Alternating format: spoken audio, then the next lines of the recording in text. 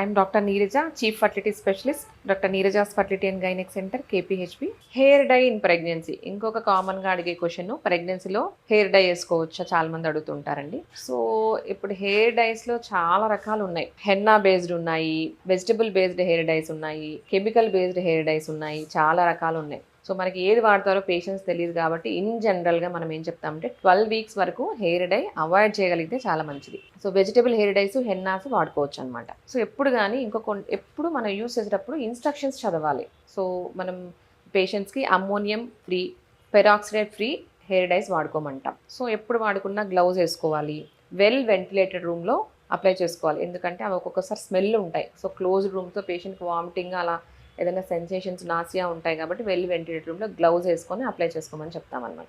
తర్వాత ఎప్పుడు patch test important. So ఈ డైస్ నార్మల్ స్కిన్ మీద టెస్ట్ చేసుకొని వాళ్ళకి ఏం రియాక్షన్స్ లేదు అంటే అప్లై చేసుకోవాలి. సో ఎప్పుడు హెయిర్ డై కంపెనీ కానీ మీకు ఏదైతే పడుతుందో అది మార్చకూడదు. సో మాటికి మార్చకూడదు.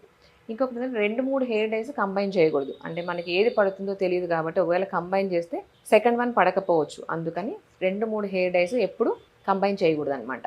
తర్వాత హెయిర్ డై అప్లై చేసుకున్న తర్వాత కూడా వాళ్ళైతే ఏదైతే ప్రిస్క్రైబ్డ్ టైం ఇచ్చారో సో ఆ టైం వరకే అప్లై చేసుకోవాలి. వెంటనే హెయిర్ వాష్ చేసుకోవాలి. థరో హెయిర్ వాష్ చాలా చాలా important. Gentle thorough hair wash చాలా చాలా ఇంపార్టెంట్. ఎక్కువసేపు అప్లై చేసుకొని పెట్టుకోకూడదు. సో ప్రెగ్నెన్సీ తర్వాత లాక్టేషన్. సో లాక్టేషన్లో హెయిర్ డై అడ్వైజబుల్లా. సో లాక్టేషన్ పీరియడ్లో కూడా హెయిర్ డై వాడుకోవచ్చు. సో ఇక్కడ కూడా బేబీని మీరు పట్టుకొని హెయిర్ డై అప్లై చేసుకోవడం అలా అంతా చేయకూడదు. ఇది కూడా వెల్ వెంటిలేటెడ్ రూమ్లో అప్లై చేసుకోవచ్చు. సో ప్రిఫరబుల్గా హెన్నా బేస్డ్, వెజిటబుల్ బేస్డ్ ఏదైనా హెయిర్ డైస్ ఉంటే అవి చాలా మంచిది. Thank you.